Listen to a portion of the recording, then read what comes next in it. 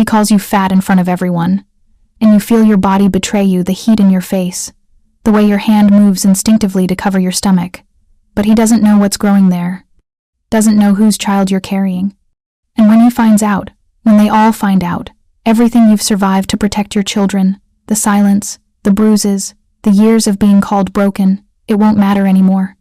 Because the thing inside you isn't human, and it's been listening. If you know what it's like to carry something no one else can see, to be called weak when you're holding everything together, these stories find the women who understand. I hope you stay. The library's community room had started to empty 20 minutes ago, but I stayed in my chair near the back, waiting for the crowd to thin. My son's hand was wrapped tight around two of my fingers, his small body pressed against my leg in that way he did when too many voices filled a space. He couldn't see the people leaving, but he could hear them, the scrape of metal folding chairs, the overlapping conversations, the particular frequency of adult laughter that always made him tense. My daughter sat in my lap, silent as always, her weight familiar against the swell of my stomach. 5 months along, and I'd stopped trying to hide it under loose cardigans. There was no point anymore. Detroit Public Library didn't pay enough for me to afford clothes that actually fit, and the women who ran the children's literacy program had stopped making eye contact with me weeks ago. I knew what they thought. Single mother with 2 disabled kids, knocked up again by God knows who. Another mistake. Another burden on a system that was already failing.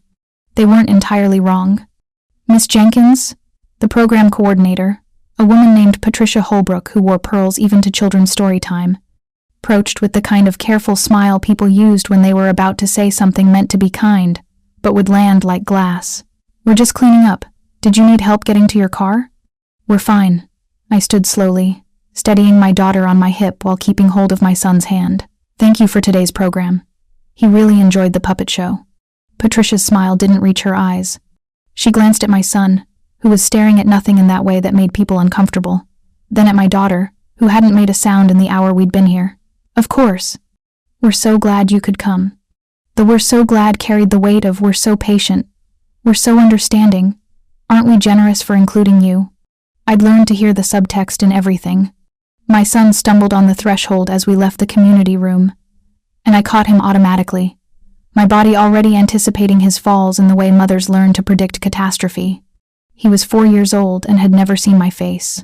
The doctors said his optic nerves simply hadn't developed properly. No trauma, no disease, just one of those things that happen during development.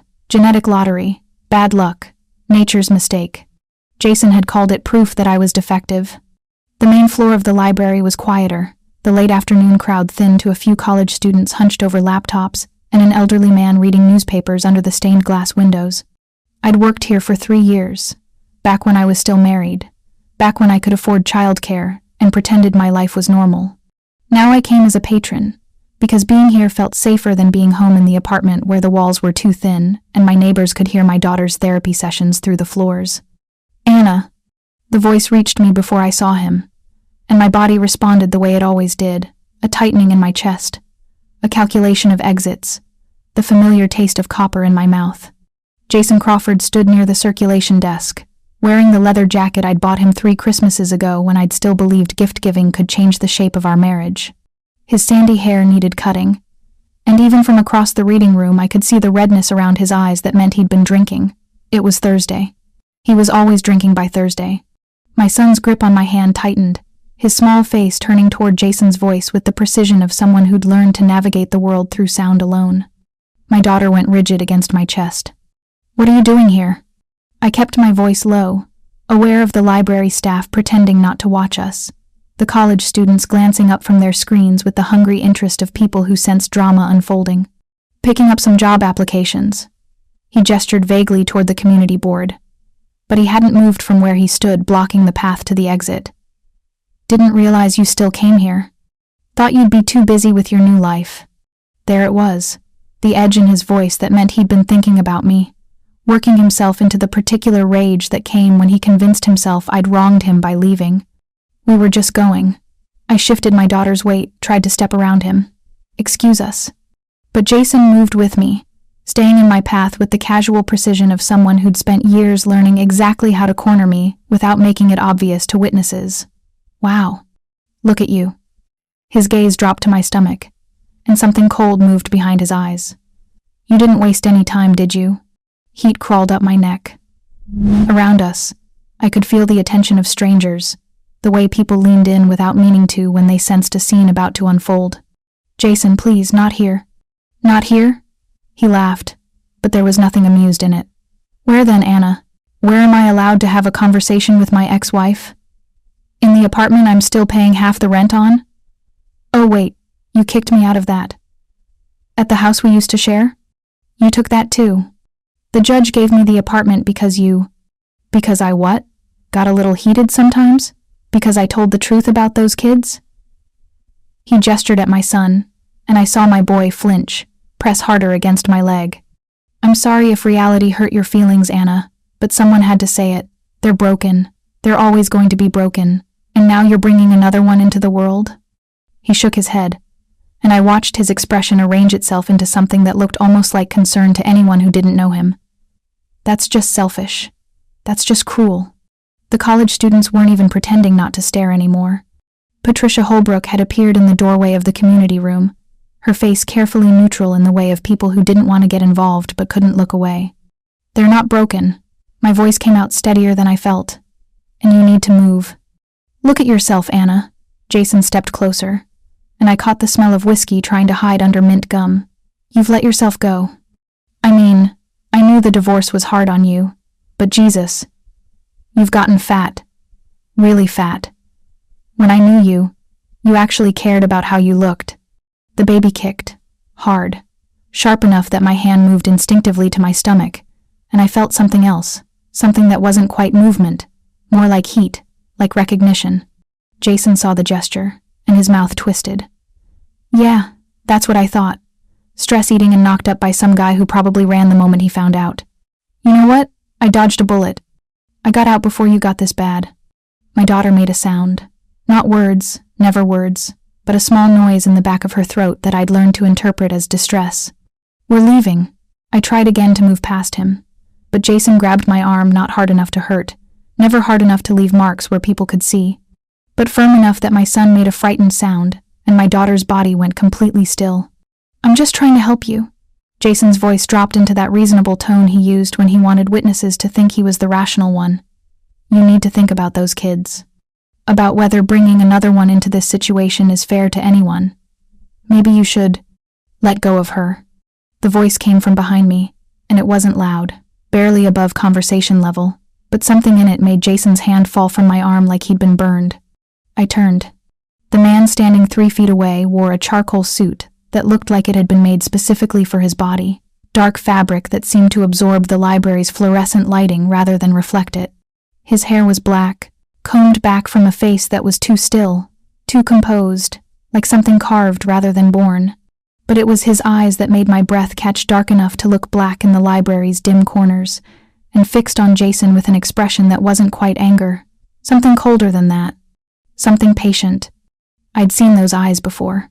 6 months ago, outside this same library on a night when I'd been crying so hard I couldn't breathe, when I'd finally admitted to myself that leaving Jason meant losing the only life I knew how to survive. This man had sat beside me on the concrete steps, hadn't asked what was wrong, hadn't offered platitudes, just sat there in the dark while I fell apart, and when I'd finally stopped shaking, he'd said, "You're stronger than you think you are. Remember that when it gets hard." I'd laughed, bitter and broken. "You don't know me." "No," he'd agreed, "but I know strength when I see it, even when it's hidden." One night. That's all it had been. A conversation that turned into honesty I hadn't expected to give a stranger. A walk through empty streets. His apartment, bare and strange, like a place no one actually lived. The feeling of being seen, really seen, for the first time in years. He'd left before dawn. No explanation. Just a note on expensive paper. "You are not broken. Remember that." I'd been pregnant 6 weeks later. Now Chadwick Dyers stood in the Detroit Public Library, looking at my ex-husband like he was deciding something, and Jason, drunk, angry Jason who'd spent years making me smaller, took a step backward without seeming to realize he was doing it. "Who the hell are you?" Jason's voice had lost its edge, trying to recover it and failing. Chadwick didn't answer. His gaze moved to me, to my daughter in my arms, to my son clutching my hand. Something flickered in those two dark eyes, recognition, perhaps, or calculation. Then he looked at my stomach, where my hand still rested over the place where the baby had kicked. Where the baby was kicking again now, harder, like it recognized him too. "You should go," Chadwick said to Jason, his voice still quiet, still controlled. "Before you say something else you'll regret. This is none of your business."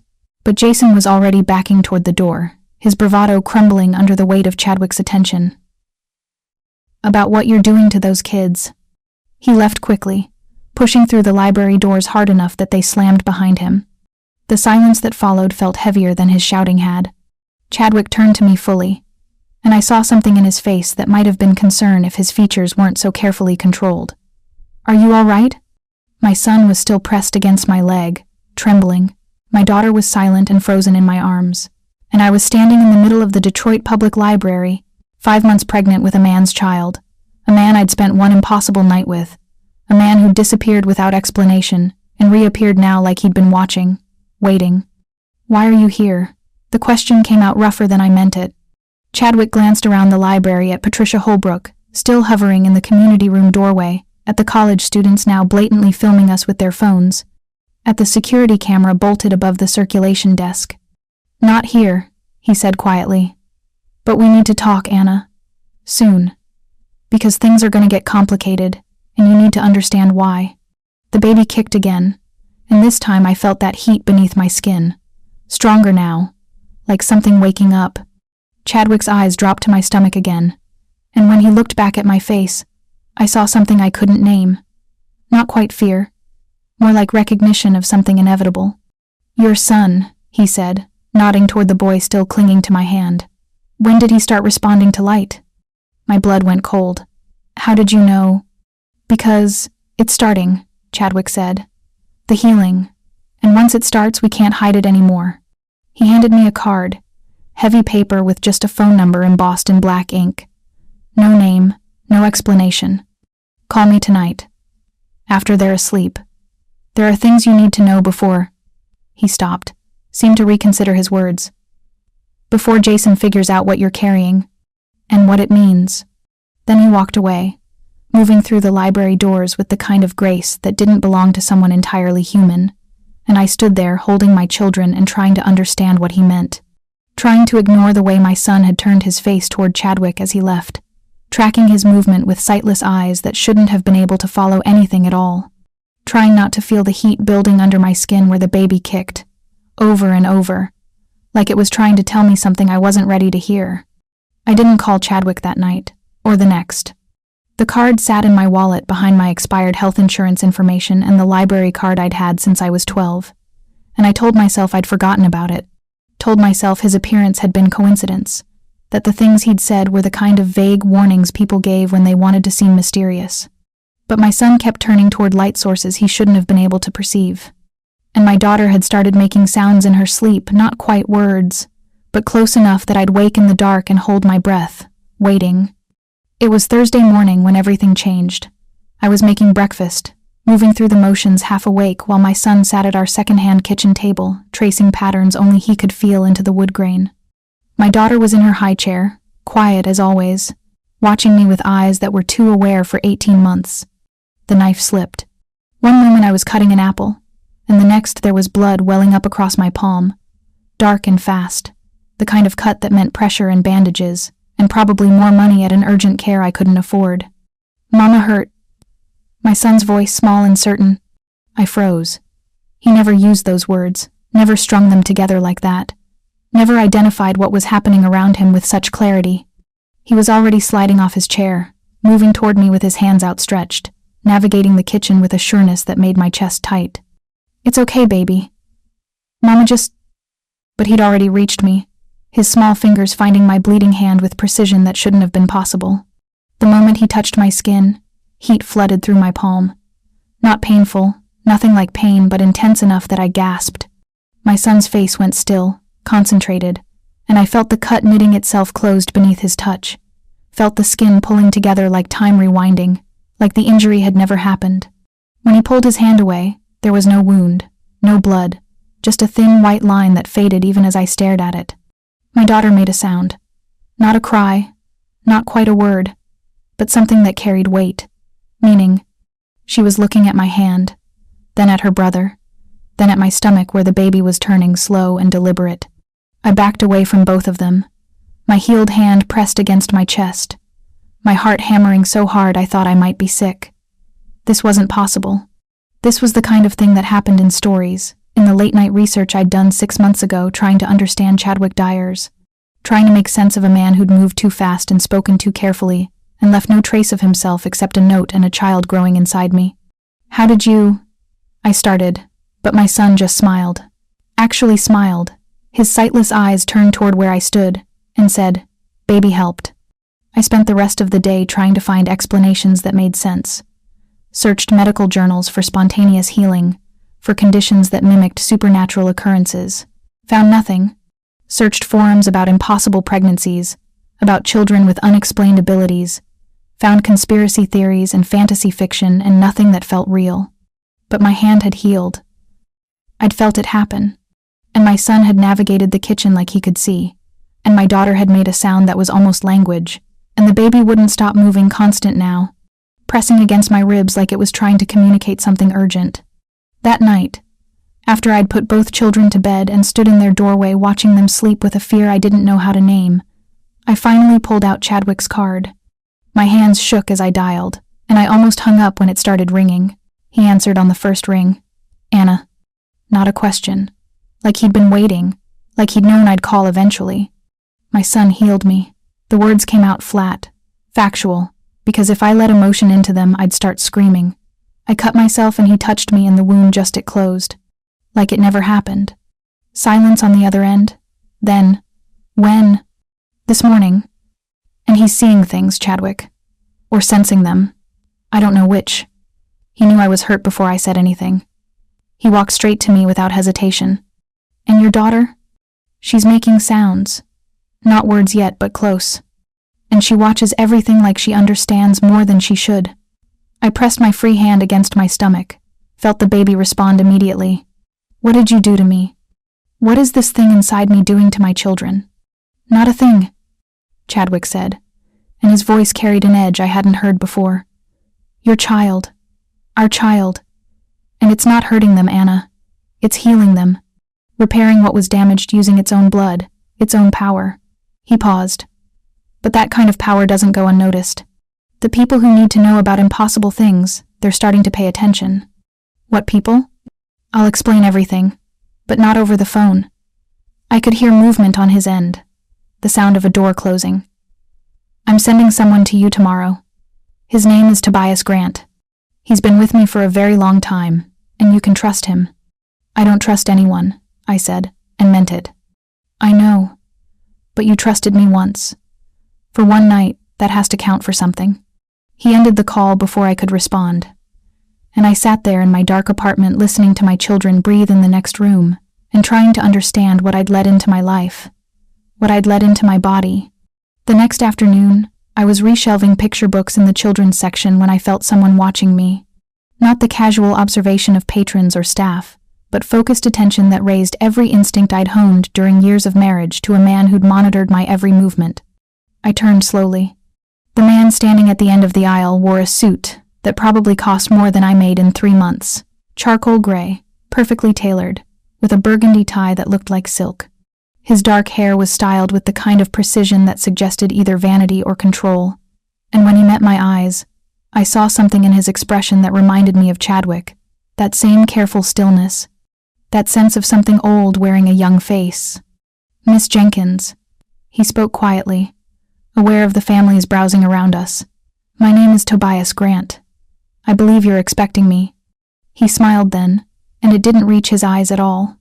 I felt the baby kick hard enough to take my breath away, and somewhere deep in my bones, something whispered that everything Chadwick had warned me about was standing right here in the children's section of the Detroit Public Library, wearing an expensive suit and watching me like I was a problem he needed to solve.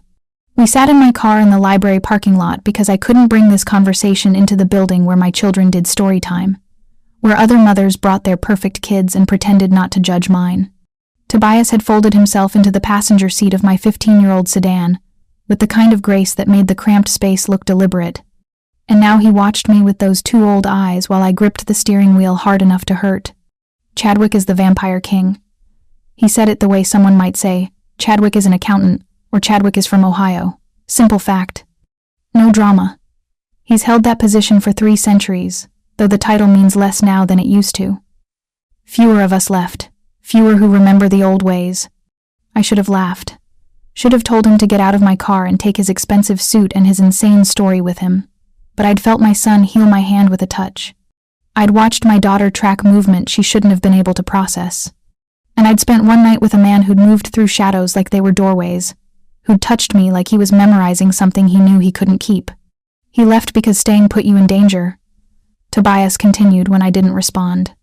The old families, the other covens, they have rules. Ancient ones.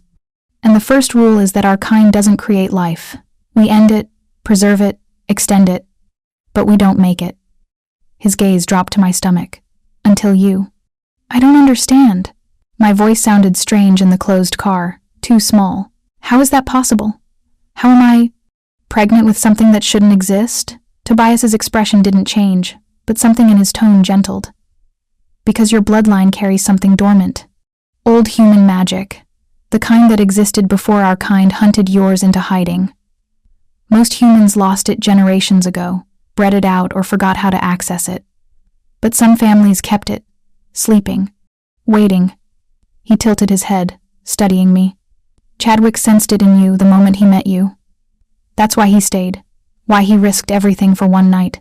Because he spent 300 years believing he was only capable of taking life, and then you offered him the possibility of creating it. The baby moved under my hand, and I felt that heat again, stronger now, like recognition, like agreement. Your son's blindness, your daughter's silence. They're not defects, Anna. They're symptoms of bloodlines colliding, human genetics trying to process something supernatural. But the child you're carrying now, it's balanced. Half vampire, half whatever ancient thing lives in your blood. And its existence is healing your other children by proximity, by sharing what it is through you. I thought about my son's hand on my cut palm, about the way the wound had closed, about my daughter's almost words, and the way both of them seemed more present lately, more there, like fog was clearing. Other covens know, I said. Not a question. They suspect. Rumors are spreading. A hybrid child, the first in a millennium, some see it as hope. Most see it as threat. Tobias pulled something from his jacket pocket. A phone identical to the sleek black device Chadwick had carried. They'll come eventually, to study the child, to control it, to destroy it before it can upset the balance of power that's held for centuries. And Chadwick left me alone with this. The anger surprised me, hot and sudden. He knew what I was carrying, knew the danger, and he just disappeared. He left to draw attention away from you, made himself visible, problematic, the kind of threat the old families couldn't ignore. Tobias's voice was matter of fact. Every enemy who followed him was one who wasn't hunting you. Every challenge to his authority was time bought for your pregnancy to progress unnoticed. He's been fighting your war, Anna, just not where you could see it. I wanted to feel grateful, wanted to believe this made sense, but all I felt was exhausted fury at a man who'd made choices about my life, my children's lives, without asking what I wanted, what I could survive. He wants to protect you, Tobias said, reading my expression. But Chadwick's world doesn't forgive vulnerability. Your children make you vulnerable. The hybrid child makes you vulnerable. And there are those who would use that vulnerability to destroy him, which means destroying you in the process. Then what am I supposed to do? The question came out harsh. Hide? Run? Spend the rest of my life looking over my shoulder while my children heal and become targets? You could come with me now. Let us protect you properly. Chadwick has resources, places where the old families can't reach, where you'd be safe until the child is born, and we understand what it is. I thought about my apartment with its thin walls and broken heating, about my library job that barely paid rent, about Jason's threats and the medical bills piling up and the way I'd survived by making myself small, invisible, forgettable. Then I thought about my son walking straight to me in the kitchen, certain and unafraid, about my daughter's almost words, about the baby inside me that was healing what everyone else had called broken. No, I said. Tobias's eyebrows lifted slightly. You understand what you're refusing? The danger. I understand that I've spent my whole life letting other people decide what I could handle, what I deserved, what I was worth. I met his two old eyes directly. My ex-husband convinced me my children were burdens, that their disabilities were my fault, that I'd failed some fundamental test of motherhood. And now you're telling me they were never broken at all. That what I saw as damage was actually power trying to manifest, and this baby I'm carrying is healing them. My hands were shaking, but my voice stayed steady. So no, I'm not hiding. I'm not running, and I'm not treating my children like weakness when they're the strongest thing I've ever made. For the first time, Tobias smiled, and it looked almost genuine. Chadwick said you'd say that. He knows you better than you think. He doesn't know me at all. One night doesn't make him an expert on my life. Maybe not, but it made him understand what you're capable of. Tobias handed me the phone. He's watching. Not physically, but through channels you don't need to understand yet. If the danger becomes immediate, if the wrong people start circling, call this number. He'll come. And Anna? He opened the car door, cold November air rushing in. He's not the only one watching anymore. The old families have eyes everywhere in this city. Detroit has always been a place of resurrection, of things that should have died but refused to. That's why our kind chose it. That's why you belong here. But it also means nowhere is truly safe. He left without waiting for my response, walking across the parking lot with that same impossible grace. And I sat alone in my car, holding a phone I hadn't asked for, and trying to understand what I'd just learned. That my children weren't broken.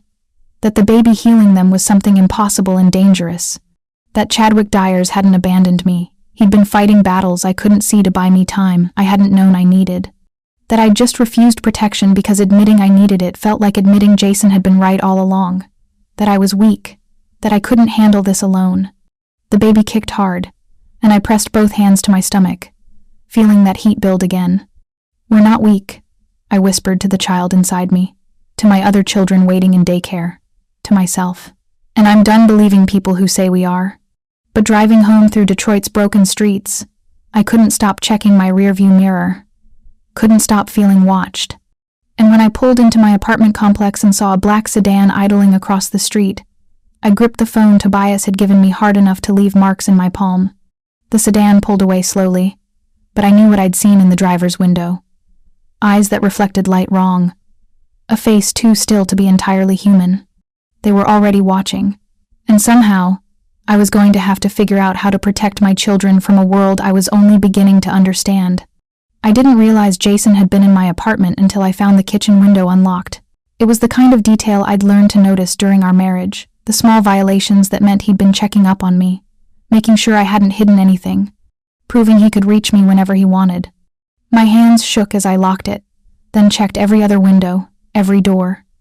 My children were already asleep, exhausted from a day where my son had correctly identified colors he couldn't possibly see, and my daughter had said more, clearly enough that her speech therapist had actually cried. Miracles happening so fast I couldn't process them, and Jason had been here while I was at work, moving through rooms where my children slept, touching things that belonged to us. I found the evidence in my bedroom. The shoebox where I kept important papers had been moved, not quite put back in the right place in my closet. Inside, Chadwick's note was still there. You are not broken. Remember that, but it had been unfolded, read, then refolded wrong. And the photograph I'd taken of him that one night, the only image I had of the father of my child, was missing. I'd been careful with that photo. Kept it hidden because I didn't know how to explain it to anyone, didn't know what to say about the man who disappeared after giving me the most valuable night of my life. But now Jason had it. Now he knew there was someone else. The text came 3 hours later, after I'd triple-checked the locks and positioned myself where I could see both my children's bedroom door and the apartment entrance. We need to talk about your new boyfriend. The one you were fucking while we were still married. My stomach turned. We'd been divorced for 8 months. I'd met Chadwick 6 months ago. But Jason had never cared about timelines when he could reshape them into weapons. You broke into my home, I typed back. That's illegal. I'm calling the police. Go ahead. I'm sure they'd love to hear about how you're raising our kids around some stranger. How you got knocked up by a guy who won't even stick around. Real stable environment, Anna. I didn't respond. Engaging with Jason had never worked, had only given him ammunition. But my phone kept lighting up, with messages that got progressively uglier. more threatening, until finally, "Who is he?" Because I've been looking, and Chadwick Dyers doesn't exist. No social media, no employment records, no digital footprint at all. What kind of person leaves no trace? The kind who's been alive for 3 centuries, I thought. The kind who rules a species you don't believe in. I blocked his number and tried to sleep, but every sound in the apartment made me tense. The building settling, the neighbors moving around upstairs, the endless ambient noise of Detroit at night, all of it felt threatening now. All of it could be Jason coming back, or worse, whoever had been watching from that black sedan. The daycare called me at work 2 days later. My son had gotten into a fight with another child, they said. Except fight wasn't quite accurate, because my son had somehow known exactly where the other boy was going to move, had defended himself with a precision that shouldn't have been possible for a blind 4-year-old. And when the teacher had grabbed his arm too hard, trying to separate them, my son had said something that made her let go immediately and back away. "What did he say?" I asked, already gathering my things to leave. He said, "Don't touch me. Mama's coming and she's angry." The teacher's voice was strained. "Miss Jenkins, I don't know how he knew you were upset. You hadn't been called yet." But he was absolutely certain. And the way he said it, she trailed off. "We think it might be best if you found alternative care arrangements." They were kicking us out. My son was developing abilities that made people uncomfortable, and they were kicking us out. I picked up both children early and drove home through afternoon traffic, trying not to cry, trying to figure out how I was going to afford new daycare, how I was going to explain any of this. My daughter reached forward from her car seat and touched my shoulder, and I felt that same heat I'd felt when my son healed my hand. Comfort, recognition, like she was telling me it would be okay even though she couldn't form the words yet. The email was waiting when I got home and finally checked my laptop. From Jason, sent from a new address I didn't recognize. "I know what you're hiding. I know those kids are getting worse, not better. I'm filing for emergency custody. No judge is going to let you keep them when they see what's happening." Attached were videos. My son navigating the apartment in ways he shouldn't be able to, responding to visual cues a blind child couldn't process. My daughter making sounds that were almost words, her eyes tracking movement with uncanny precision. He'd been recording them somehow. Hidden cameras, maybe, or bribing neighbors. Documenting evidence of children healing in ways that looked supernatural if you didn't understand what was happening. But it was the search history screenshot that made my blood run cold. Jason had been researching vampire mythology, impossible pregnancies, children with unexplained abilities, forums about the occult and supernatural creatures living in urban environments, and he'd posted about me, shared details about my pregnancy, my children's conditions, asking if anyone had seen similar cases. The responses were mostly dismissive. But a few weren't. A few included private contact information, offers to discuss unique situations offline, suggestions that someone with his particular concerns might benefit from specialized consultation. Jason had thrown open a door he didn't understand, shouting into darkness about things that were supposed to stay hidden. And something in that darkness was answering back. I was still staring at the screen when my phone buzzed. Unknown number, but I knew somehow it wasn't Tobias or Chadwick. The message was brief. "Your ex-husband is asking dangerous questions. We can help you silence him. Interested?" I deleted it immediately, but 3 more came within the hour, all unknown numbers, all offering variations of the same thing: help dealing with Jason, protection for my children, understanding of what I was going through. All of them somehow knowing exactly what to say to sound reasonable, necessary, like the answer I'd been searching for. I called the number Tobias had given me. He answered on the second ring. "What happened?" "Jason's been in my apartment. He's posting about me online, in places where the wrong people might see. And now I'm getting messages from, I don't know what they are, but they know things they shouldn't. Forward them to this number. Don't respond, don't engage, don't give them any information." Tobias's voice was sharp now, urgent. "Anna, your ex-husband just rang a dinner bell for every vampire in North America who's been wondering if the rumors about Chadwick's hybrid child are true. He might as well have taken out an advertisement. So what do I do?" "Nothing. Stay home, keep your children close, and wait for Chadwick. He's already on his way. Should be there by morning." A pause. "And Anna?" "The next message you get from an unknown number. The next offer of help, they're not trying to help you. They're trying to claim you before someone else does. You're valuable now. The child makes you valuable. Don't forget that. He ended the call, and I sat in my dark apartment listening to my children sleep and understanding with absolute clarity what I'd become. Not a person, not a mother, a resource. Something to be claimed, controlled, protected only because of what I was carrying. My phone lit up again. Another unknown number. Another message. Jason Crawford has information you need contained. We can make him disappear, permanently. All we ask in return is an introduction to the child once it's born. Nothing harmful. Just a meeting. Think about it. I turned off my phone and went to check on my children. Found them both awake somehow, sitting up in their beds in the dark like they'd been waiting for me. My son's sightless eyes were turned toward the window, and my daughter was making a low humming sound that raised the hair on my arms. "Mama scared," my son said clearly. "Bad people coming." And my daughter, speaking in full words for the first time in her life, her voice carrying that strange resonance I'd heard when she'd told Jason to leave. "Daddy coming too." The baby inside me kicked hard enough to hurt, and somewhere in the Detroit night, I knew Jason was making deals with forces he didn't understand. And Chadwick was racing toward us, and the black sedan was probably parked outside again, watching, waiting. I'd spent years surviving by being invisible, but you can't hide when you're carrying the impossible, and I was about to learn what it cost to be seen. Chadwick arrived at dawn, and I knew it was him before I opened the door. Not because I heard him knock, he didn't, but because the baby inside me responded to his presence like a compass finding north, movement so violent it drove the breath from my lungs. He looked exactly as I remembered, and nothing like him at all. The same dark eyes, the same careful stillness, but there was something raw in his expression now, something that looked almost like fear. He took in my face, and whatever he saw there made him step forward like he was going to touch me, then stop himself. "You should have called me sooner." His voice was rough. "The moment Jason broke in, the moment you started getting those messages, you left." The words came out harder than I meant them. "You spent one night with me and then disappeared for 6 months. Why would I think you'd come if I called?" "Because I told you I would." He said it like it was simple.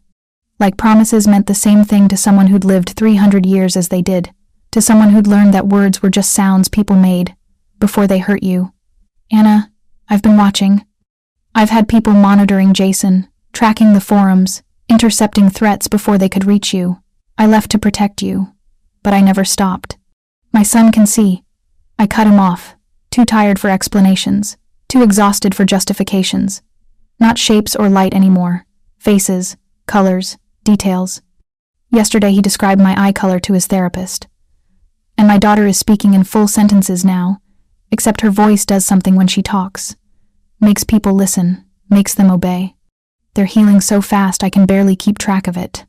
Chadwick's expression shifted into something that might have been wonder if there wasn't so much worry underneath it. "The child is accelerating. Its power is manifesting stronger than I expected." "Than you expected." I laughed, bitter and broken.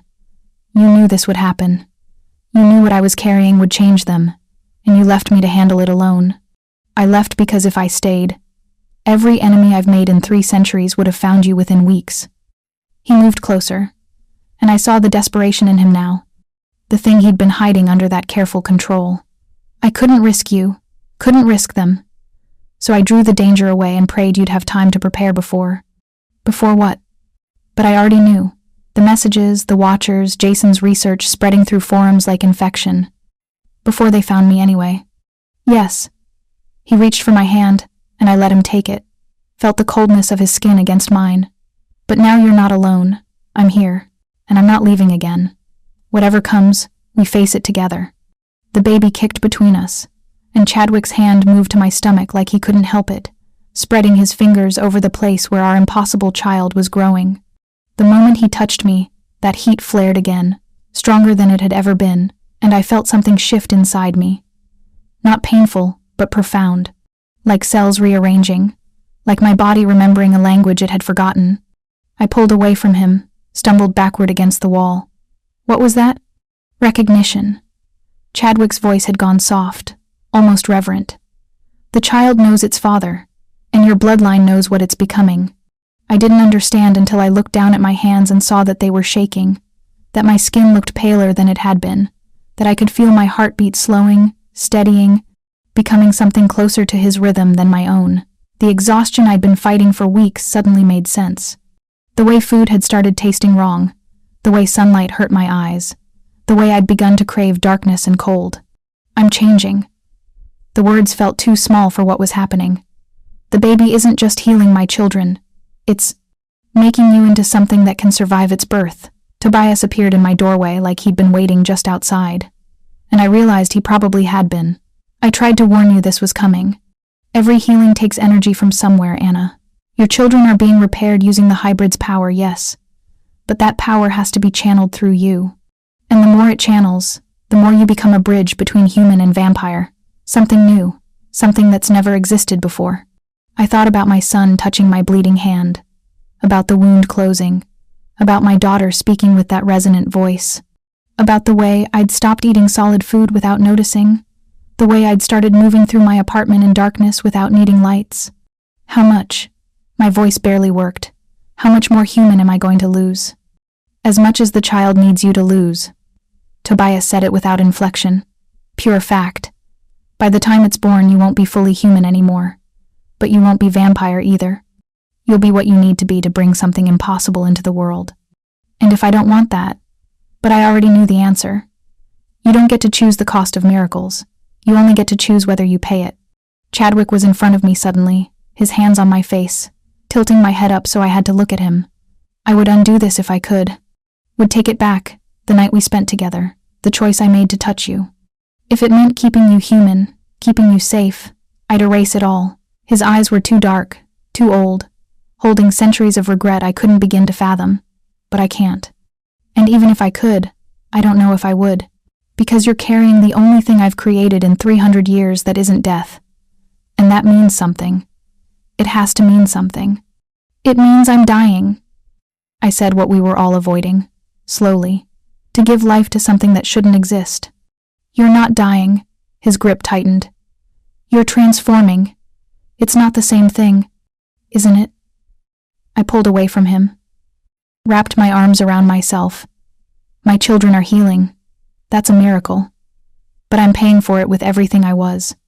And you're telling me that's fine, that's acceptable, because it serves some greater purpose. I'm telling you that you're stronger than you know. Chadwick's voice carried an intensity that made me actually listen. I chose you that night not just because of your bloodline, but because I saw someone who'd survived years of being told she was worthless and still believed she deserved more. Someone who'd been broken by a man who should have protected her and rebuilt herself into something fiercer. You think this transformation is weakening you, but Anna, you're becoming something that can stand between your children and forces that have existed for millennia. That's not dying. That's becoming dangerous. I wanted to believe him. Wanted to believe that what I was losing was somehow worth what I was gaining. But I'd believed men before when they told me I was strong, that I could handle things, that everything would be fine. And I'd learned that strength meant surviving, not winning. That handling things meant enduring them, not changing them. I need to sit down. The exhaustion was crashing over me in waves now, and Chadwick caught me before I could fall, lifted me like I weighed nothing. Like I was already halfway to what he was, something that didn't follow normal rules about mass and gravity and mortality. He carried me to the couch, and Tobias appeared with water I didn't want and couldn't drink anyway. My throat wouldn't accept it anymore, kept rejecting anything that wasn't. I didn't want to finish that thought. Didn't want to acknowledge what my body was starting to crave instead of food and water. The rival covens, Tobias said quietly, pulling my attention back. They're mobilizing. Jason's posts attracted exactly the wrong attention. There's a faction that believes your child is an abomination that needs to be destroyed before it's born. And there's another faction that wants to claim it, study it, use its healing properties for their own purposes. Let them come. I didn't recognize my own voice. It sounded harder, colder. Let them try to take my children. Chadwick's expression shifted into something that looked almost like pride. There she is, he murmured. The woman I saw that night outside the library. The one who'd survived everything and was still deciding whether to keep surviving or start actually living. I didn't ask for this. But even as I said it, I knew it wasn't entirely true. I'd seen Chadwick that night and known he was different, dangerous, something that could destroy me. And I'd chosen him anyway. Chosen one night of being seen over a lifetime of invisibility. This was the cost of that choice. No one asks for transformation, Tobias said. They just survive it or they don't. Through the window, the sun was rising over Detroit, and I had to look away because the light hurt now, because my body was already learning to prefer darkness. My children were still sleeping, healing in their beds, becoming something closer to whole with every day that passed. And I was becoming something else entirely, something that could protect them when the rival covens came, something that could stand beside Chadwick and not break. The question wasn't whether I'd survive the transformation. It was whether the woman I became would still recognize herself when it was over.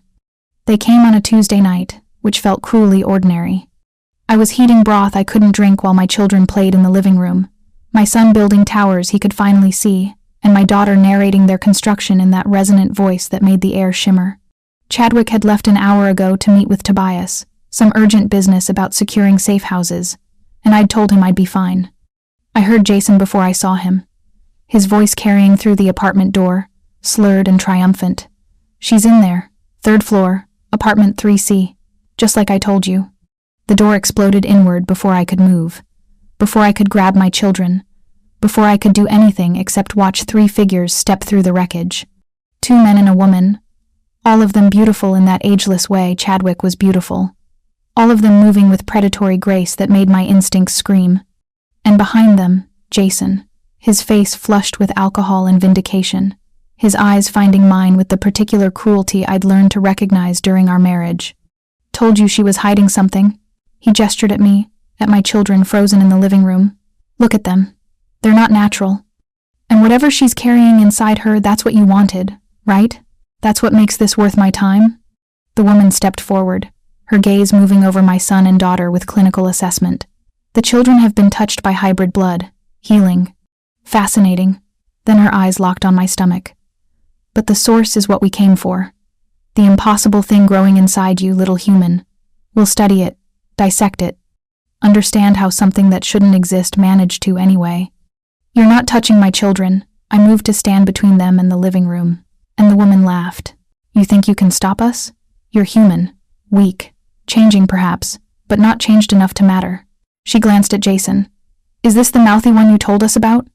The one who needs to be taught her place? Jason's expression twisted into something ugly and satisfied. Yeah, that's her. Always thought she was so strong, so independent. But look at her now. Knocked up and desperate, hiding behind her freaky kids because she's got nothing else. He stepped closer, emboldened by the vampires at his back. You were always weak, Anna. That's why those kids came out broken. That's why you needed me. And now everyone can see it. My son made a sound, not a cry, but something closer to a growl. My daughter's humming had taken on an edge that made the windows rattle. And inside me, the baby was moving with violent urgency, that heat building under my skin until it felt like I was burning from the inside out. Last chance, the woman said.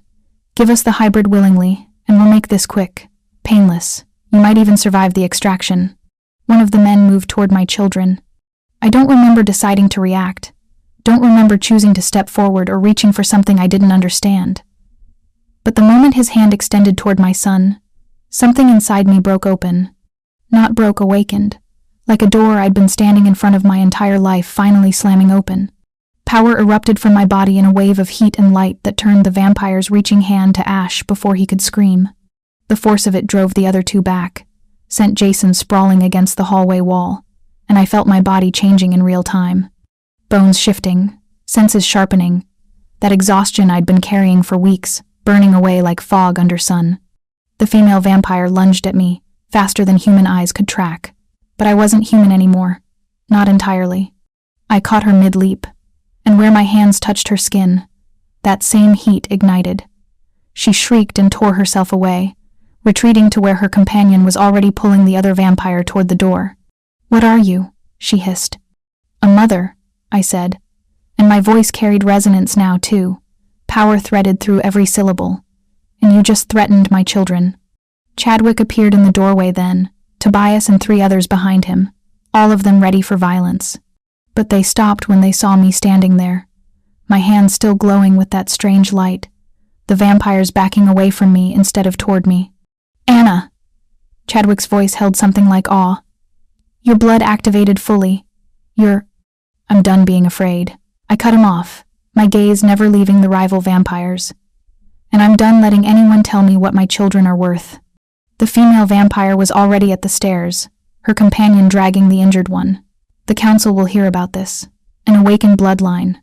A hybrid child, you're starting a war. Chadwick Dyers. Then it's a war you'll lose, he said quietly, moving to stand beside me. Not in front of me. Beside me.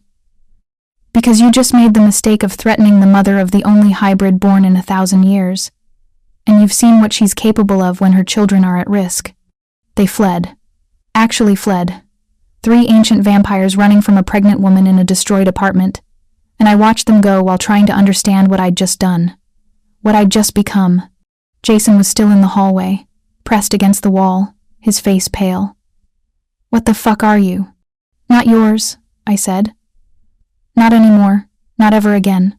He ran too. Stumbled down the stairs and disappeared into Detroit's night, and I thought that would be the end of it. Thought I'd finally be free of him. But 3 days later, he appeared at the library during my shift, his phone out, recording. I'm exposing you, he said loud enough for patrons to hear. Everyone needs to know what you are, what those kids are. I'm taking this to the news, to social media, to anyone who'll listen. You think you can threaten me? You think you can... My daughter, sitting beside me at the circulation desk, looked up at him, looked at him with her father's 2 dark eyes and my awakened bloodline's power, and spoke in that resonant voice that had been growing stronger every day. Leave. Us. Alone. The force in her words was visible. A pressure wave that sent Jason staggering backward. His phone clattered to the floor. And I watched understanding finally dawn in his eyes that he was outmatched, outpowered, that every threat he could make would bounce off what we'd become. You're not worth what it would cost, I told him quietly. So go. Find someone else to blame for your failures. Find someone else to make small. It won't be us. He left. And this time, I knew he wouldn't come back. 3 months later, I sat in a conference room in Chadwick's building, 8 months pregnant, and negotiating terms with representatives from 5 vampire covens. They wanted assurances that my hybrid child wouldn't threaten their power structures, wanted promises that I'd keep it contained, controlled, hidden. I told them no. My children will grow up knowing what they are, I said, my hand resting on my stomach where the baby was turning lazy somersaults. They'll be educated, supported, and integrated into both worlds. They won't hide, they won't apologize for existing. And if that threatens you, then you need to evolve. The representatives exchanged glances. Chadwick sat beside me, his presence making it clear that this wasn't negotiable. And Tobias stood behind us, reminding them that they were sitting across from something that had incinerated one of their kind without breaking a sweat. Very well, the eldest said finally. But understand you're establishing precedent. Other dormant bloodlines may awaken. Other impossible things may be born. You're changing our world. Good, I said. It needed changing. Later that week, I took my son to his new school, a private institution that accommodated children with unique abilities. The kind of place where a formerly blind boy with emerging supernatural perception fit in perfectly, where my daughter's resonant voice was considered gifted rather than frightening. Another mother whispered to her friend as we walked past, "That's the one. The kids are different. Something not quite right about them." I stopped, turned, met her eyes directly. "They are different," I said clearly. "And so am I. Is that going to be a problem?" She looked away first. That night, Chadwick found me on the apartment balcony, watching Detroit's lights spread across the darkness. He wrapped his arms around me from behind, his hands settling over my stomach, and we stood there feeling our child move between us. "You've changed the world," he said quietly. "You know that, right? Not just our world. Every mother who's been told her children are broken, every woman who's been told she's too weak to matter, you've shown them what's possible." I just protected my family, but I knew he was right. Knew that what I'd become, what we'd all become, mattered beyond just us. That's exactly my point. He turned me to face him. "You're not the woman I met outside that library 6 months ago. You're not the woman who stood silently while your ex-husband called you worthless." "No," I agreed. "I'm not. I was something else now. Something forged from survival and transformation, and the fierce love that makes mothers dangerous. My son could see. My daughter could speak with power that made vampires back away. And the child inside me was teaching me that miracles cost everything and are worth it anyway. There are others like me in this city. Women who were told they were broken, until they realized the breaking was what made them dangerous. We don't all find each other, but the ones who do, they don't let go. If this story felt like yours, there are more here. Stories that remember what it cost us to become this. Stories that don't apologize for the power that came from surviving what should have destroyed us. I pressed my hand to my stomach and felt my daughter kick back strong, certain, already knowing she was coming into a world that would try to make her small, already knowing her mother wouldn't let that happen. I'm not the woman I was, and I'll never be her again. And that's exactly how it should be.